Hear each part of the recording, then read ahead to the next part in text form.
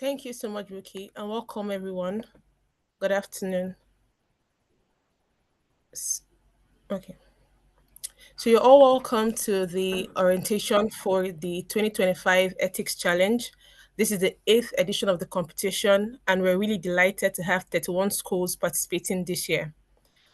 So I'll just go over through what the ethics challenge is for those who don't know about it. So it's a competition in which university teams analyze cases containing various ethical dilemmas. These cases incorporate common ethical issues and the application of the CFA Institute Code of Ethics and Standard of Professional Conduct. For this year's case and challenge, we will have two case studies, one for the knockout and then the semi-final. The knockout part is a new one. We've not had that before, so this is the first of its kind. So we'll have one case for the knockout and the semi-final, and then one for the final, respectively. The semi-final will be virtual. We'll do it via Zoom, while the final will be a physical event. So each team will create a PowerPoint presentation, and based on their analysis, and then present them to a panel of judges. The primary focus of the presentation will be on the violations of the CFA's Institute Code of Ethics and Standards of Professional Conduct, and then there'll be recommendations on how to address every violation that you have found. Each team will be given team numbers. Right. So, what is the ethics challenge? Basically, it exposes students to real world ethical dilemmas in finance, and then it builds integrity driven decision making. So I'm just going to take you through the competition guidelines and the timeline. So please listen very attentively because these timelines are sacrosanct. The times are very strict this year, so we should just try our best to adhere to them. The first thing on the timeline, the activity is to close applications. So applications closed on the 31st of August, which was the last day for schools that who wanted to indicate interest in the ethics challenge. That was when they could do so, 31st of August. So the next thing on the timeline, the activity is the orientation session, which we're having right now, 10th of September. Once we're done with this orientation session, the next thing on the list will be an ethics workshop. Please note that this ethics workshop is compulsory for everyone. You cannot opt to not come out. You just have to be there. It's compulsory for everyone. And that's on the 18th of September, 2025. And after the ethics workshop, we'll have a case study announcement, which will be, done via email on that same day, the 18th of September. So, like I said before, you have one case for the knockout and semi-final, and then another for the final. So, the first one, which is the case study for the knockout and semi-final, will be shared with you. So, once you're done with that, you submit your reports for the knockout stage. Like I said earlier, this knockout stage is new. We've not done it before. So please bring your best foot and bring your best, just bring your best for this stage so that you pass from that stage to the next stage, is the semi-final. So the knockout stage has submission of report deadline for the 3rd of October 2025. So once you're done and you scale through from the knockout stage, then you go to the semi-final proper. Like I earlier said, it's virtual and it's on the 18th of October. So you pass the knockout stage on the 3rd, and then you get to the next stage, which is the semi-final on the 18th. And 2 days later, which is the 20th, you now get the case study announcement, via email for the final. So if you have scaled through the semi-final, you'll be giving your case study announcements via email for the finals on the 20th. You have the 20th to the 20th of November to submit your final presentation. So between October 20th to November 20th, you have time to work on your final presentation, and then you submit them on the 20th of November, right? And then on the 22nd is the final competition. And like I said, that will be in person. So the semi-final is virtual, but the final competition will be in person. So that's it for the timeline. So going to the competition proper, the competition will have two stages. So we have the knockout stage first, where all teams are expected to submit their presentation by a particular date. And that date, these timelines are really sacrosanct, is October 3rd, which is a Friday. So on the 3rd of October, you're expected to send in your presentations, right? So if you qualify, anything that qualifies after the knockout stage, you advance to the semi-final. That will be virtual and to be held on Saturday, the 18th of October, 2025. So any team that qualifies for that from that stage now advances to the final level. And so the finalists will advance to finals, which will either be in Lagos or in Abuja. So we've not yet decided, but of course, it'll be communicated to you when we finally decide where we'll have, our finals. So all eligible teams will compete in the final presentation round, and then we now decide the top three winners from the teams that have qualified, right? And so the presentation format for this ethics challenge, each team will have 10 minutes to present their analysis and recommendations to a panel of judges. And then they'll have another additional 10 minutes to respond to questions from the judges. So once you do your 10 minutes presentation, you do have another 10 minutes to respond to questions from the judges. Now, once the 10-minute presentation time has elapsed, all presenters must cease speaking. So once your time is up, please just stop speaking so you're not disqualified. So you've put in the work, you've done your slides, you've presented. It's in your best interest to not do things that will make you be disqualified. So once the 10-minute presentation time has elapsed, please do not speak. Teams are permitted to use PowerPoint slides for their presentation. So you could do your presentation in PowerPoint, and then you will be sequestered into another room so that you do not see or hear what other teams are presenting before they have presented. So if until it's your turn, you're not supposed to see what other team in the competition are doing. So you'll be in another room, right? And then each team is required to introduce themselves by your team number. So this is very important. You're not supposed to mention your university name or indicate it on the slide. So at no point are you mentioning the name of university. At no point are you mentioning on your slide. You're not saying it. You have your team number, and that's what you're going to use to introduce yourself at all times. Now, each team member must speak during the presentation. So if you have a team of 5 people, each of those 5 people have to say something. So each team member must speak during your presentation.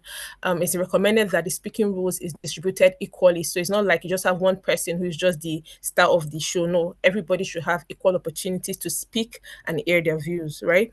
So the team presentation is followed by a 10-minute, and that's the max question and answer period from the judges. Now, the judges may conclude the question and answer period prior to the 10 minutes that has been given to them if they deem appropriate. So it can be more than 10, but of course if you ask all your questions before that 10 minutes time elapses, then we're all good to go.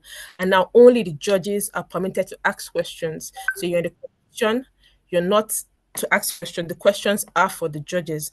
Now once time has been called, like I said again before, and I'm repeating it again because it's really important. Once the time has been called, all presenters and even the judges must stop speaking. So moving on to the scoring, 100% of the scoring will be based on the team's presentation and his response to the judges' questions. So we're going to judge you solely on your team's presentation and how you answer your response to the judges' questions. So it's very important to be able to answer these questions well, because part of your scoring is on how you answer the questions that the judge will throw at you. And you will not know what these things are, and so you have to be well prepared for this question. So your presentation and how you respond to the judges is how you'll be scored. The scorecards will be filled by the judges, and the scores will be used to determine each judge's presentation ranking. So at the end of it, a detailed breakdown of the scoring rubric will be sent by email to all participants alongside with the competition rules, so that everybody is clear as to what you're doing. Now, the society will tabulate all rankings to determine a winner. So when there's a tie, the score team receives a course of action and solution, which will be used to determine the winner. So if there's still a tie, the scores from each team will now then be reviewed in following categories until the tie is broken and the winner is determined. So the tiebreaker rankings are: number 1, the course of action and solution; then also the questions, your team involvement, and poise and your materials. So it's very important that you're presenting quality materials, because that's what you'll be judged on. Your PowerPoint should be on point. The content of your PowerPoint should be outstanding, so that you could stand out and then win this because that's why we're all here. And then responding to the judges' questions, right? So it's very important. Make sure that you're giving answers. Once you have the question, the case, you study it and understand it so well that you can give good answers to the questions that the judges might throw at you. So yes, so that's really what the ethics challenge is about. That's the overview, that's the timeline, and the rules for the competition. Thank you so much, Elizabeth. Thank you for the overview, the competition rules and guidelines. So we'll leave the floor open for the participants to ask questions. Please drop your questions in the chat box so that we can pick them up and we can respond to them as soon as possible, as quickly as possible. We want to wrap this up latest 3:30. If you do have any questions, please feel free to ask now with regards to the ethics challenge. Thank you.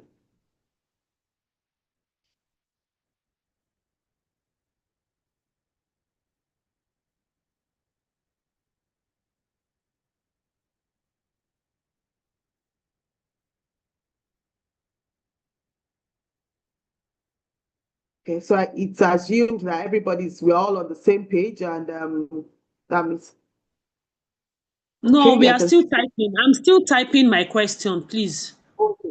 All right, no problem. Thank you very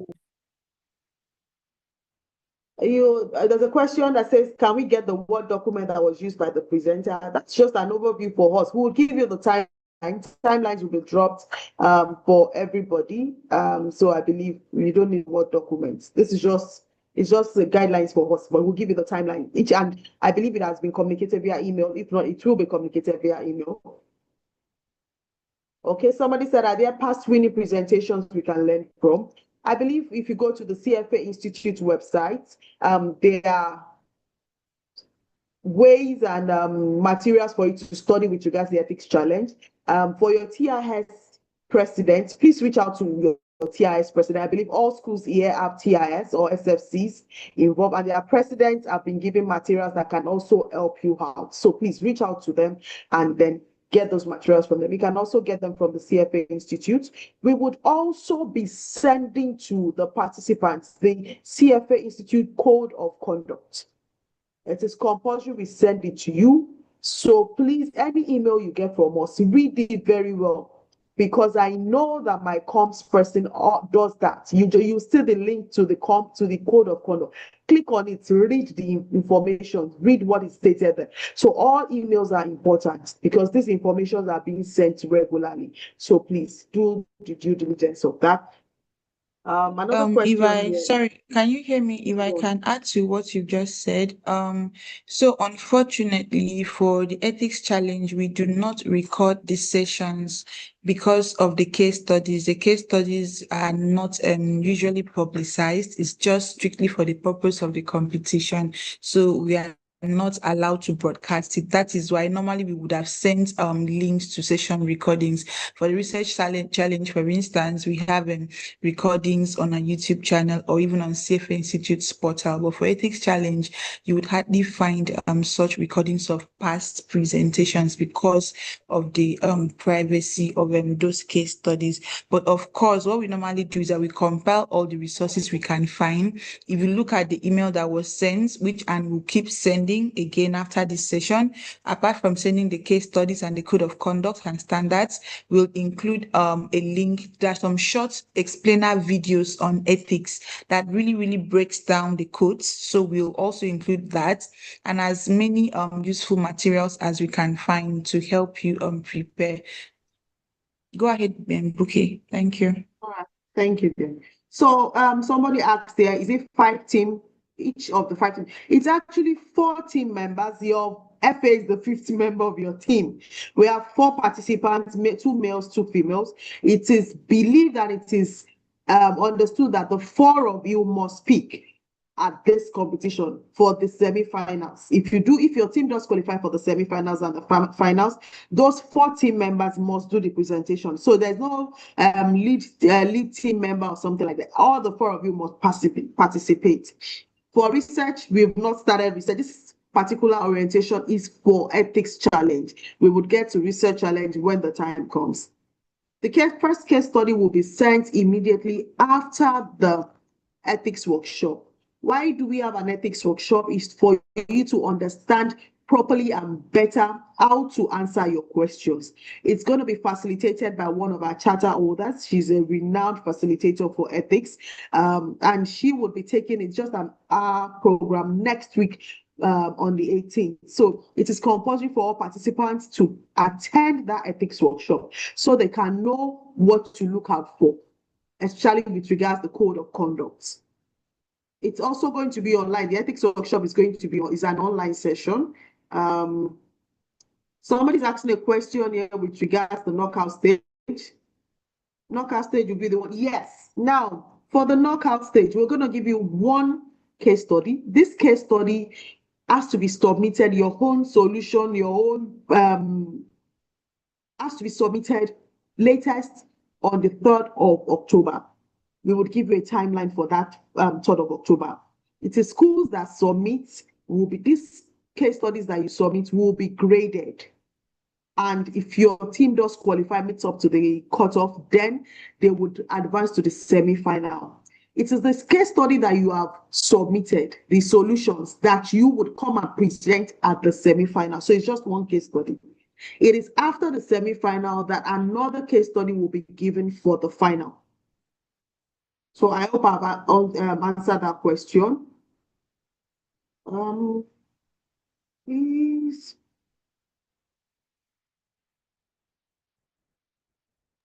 So there are a number of questions around the number of participants in each team. Just to clarify, there are strictly 4 students on each team, like Buki already mentioned, 2 male, 2 female, and the faculty advisor is a 5th member of the team. He's not speaking, he or she will not speak. It's just they are there to guide the students, right? So 4 people in each team, 2 boys, 2 girls, and the 4 of you must participate in the presentation at the semi-final stage.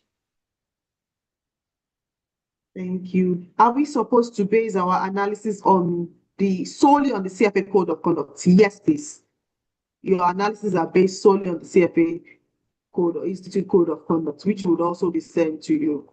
I believe So we've there's a answered question here.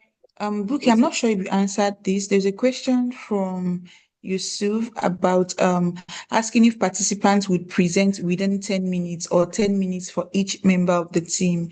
So the 10 minutes is the total time that you have as a team. So one person can't speak for 10 minutes, otherwise you would have exhausted your time.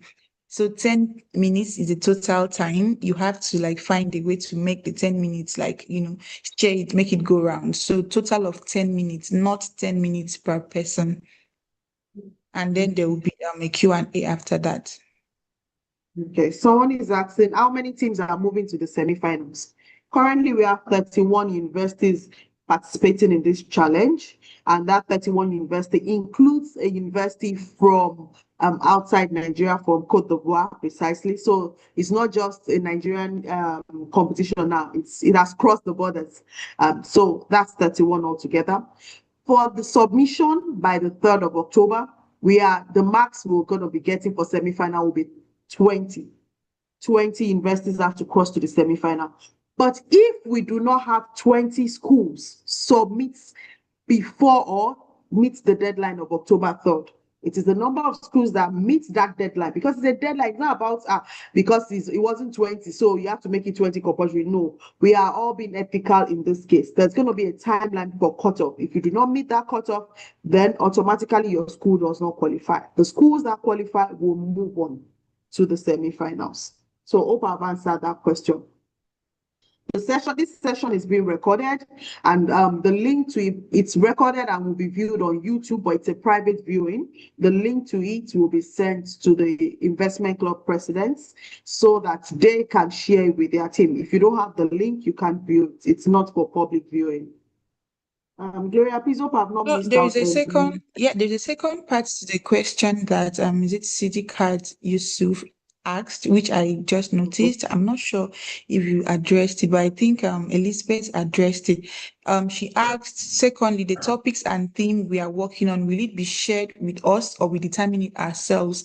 So the way ethics challenge, maybe you missed when Elizabeth talked about it, works is that you'll be given a case study, right, with ethical dilemmas, and you will have also be given the CFA Institute Code of Conduct, Code of Ethics and Standards of Professional Conduct. So what you will do is to study the case study, place the code of conduct beside it, and as you're studying the case study, you identify the ethical dilemmas, right, using the code of conduct. So that's what you will be working on. It's not like a topic or a theme. You'll be given a case study to figure out how did they break these codes or of conduct.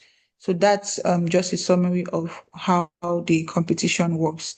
The email we'll send with the case studies and the code of conduct will give you a bit of an understanding of how that would work. And also in the welcome onboarding email we sent out, we included a link to the CFA Institute's code of conduct.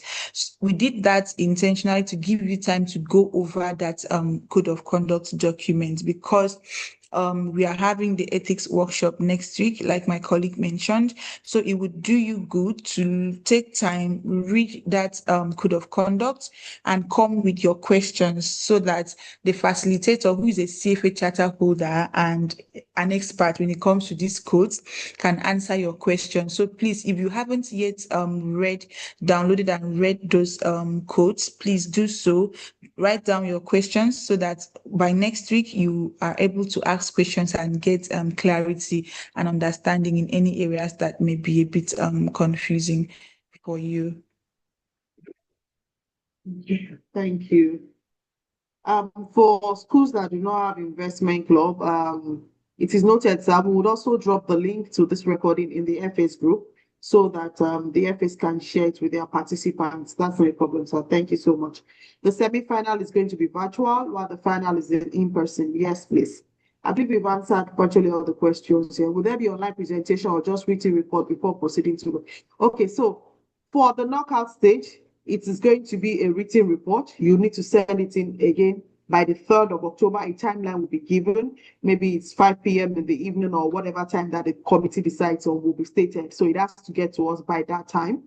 Then the semi-finals is going to be virtual. Just like what we're doing now, it's going to be virtual. While the finals, teams that qualify for the finals, it will be in person. It will be physical. It will be a physical event, either in Lagos or Abuja. It will be decided and communicated to the finals. So I believe that has been answered. Yes, there are guidelines for preparing the presentation slides. Just go through your mails, read everything that's been sent to you, and I assure you that yes. And also come for the ethics workshop that will be taking place next week. Everything will be discussed there. So I believe we've answered all questions here, except if there is anything else. So, Dr. Tony, yes, there will be online presentation. That is the semi-finals, right? So after the written reports, the written presentation, which is for the knockout stage, there will be a presentation, although it will be virtual. That's the semi-final before the final one, which is now either in Lagos or Abuja. Okay, is it compulsory everyone presents? Yes, it is compulsory everyone presents, as Elizabeth stated. Can we have 3 members only? It would be nice to have 4, please. So for equity and gender balance, we stay on 4. So please work on getting the 4th member of your team. And I believe there's no team that has submitted 3 names to us from what we've gotten. So please. How many investors in the final? We are working between 10 and 8. That's for us to decide on. But may the best team win. Bring in your A game. Let's see how competitive you guys can be, and let's see how good you are. Then we'll work from there. So I believe we've covered everything. All those questions have been answered. How many case studies? 2. 1 for the knockout and semi-final stage. The second one for the final stage. So thank you very much. I'll hand you over to our ED, Yemi Ajabu, who will be rounding up this discussion so that we are all on time. Yemi, over to you, sir.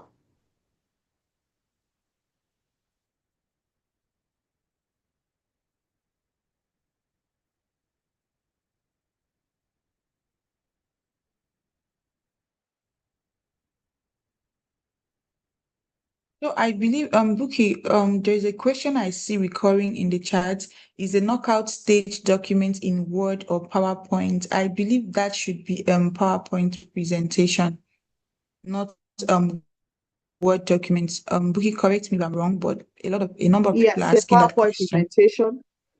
It's going to be a PowerPoint presentation. Bearing in mind that if your team does qualify for the semi-finals with your presentation, that is what you're coming to speak on. So it should be a PowerPoint presentation. And Elizabeth has also stated that in when she was giving the overview and competition guidelines.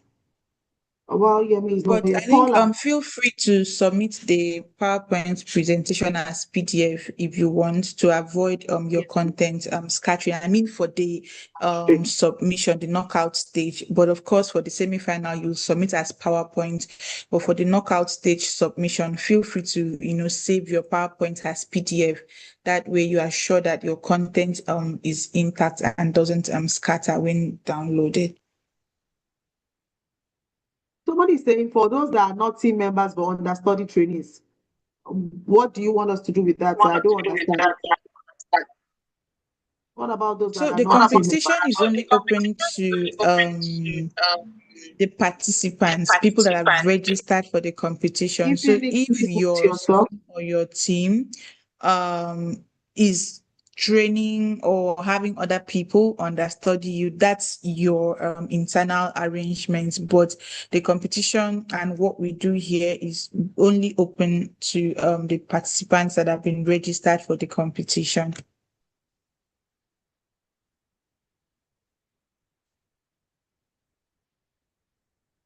okay. I think we've covered all the questions. Just a I lot of think them so. repeat I questions think so. here. Yeah. If you do have any more questions, please feel free to email us. Feel free to email us at info@nigeria.cfsociety.org. I would hand us over to Paula right now. So yes, it is compulsory that all participants must be students. Yes, please, it is. Not interns. It's an undergraduate competition. Paula, I would hand over to the UniRel's Vice Chair, Paula Faniron. She would give us the closing remark. And thank you very much. We look forward to seeing you all. Thank you. Paula, over to you. Thank you very much, Buki.